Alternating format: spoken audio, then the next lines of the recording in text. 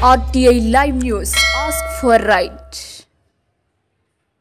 నమస్తే RTI live news కి స్వాగతం.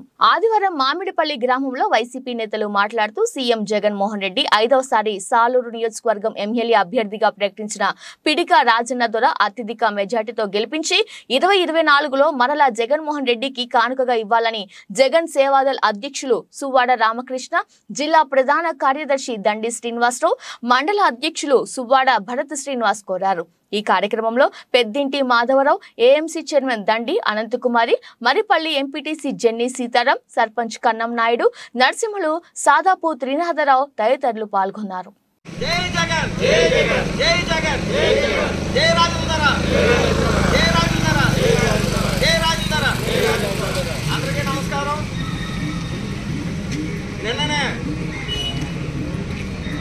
మన పార్టీ అధ్యక్షులు, మన ప్రీత ముఖ్యమంత్రి వర్యులు జగన్మోహన్ రెడ్డి గారు ఇడుపులపైలో రాజశేఖర రెడ్డి గారి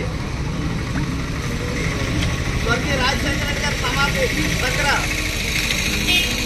మన పార్టీ అభ్యర్థుల్ని అనౌన్స్ చేయడం జరిగింది. అందులో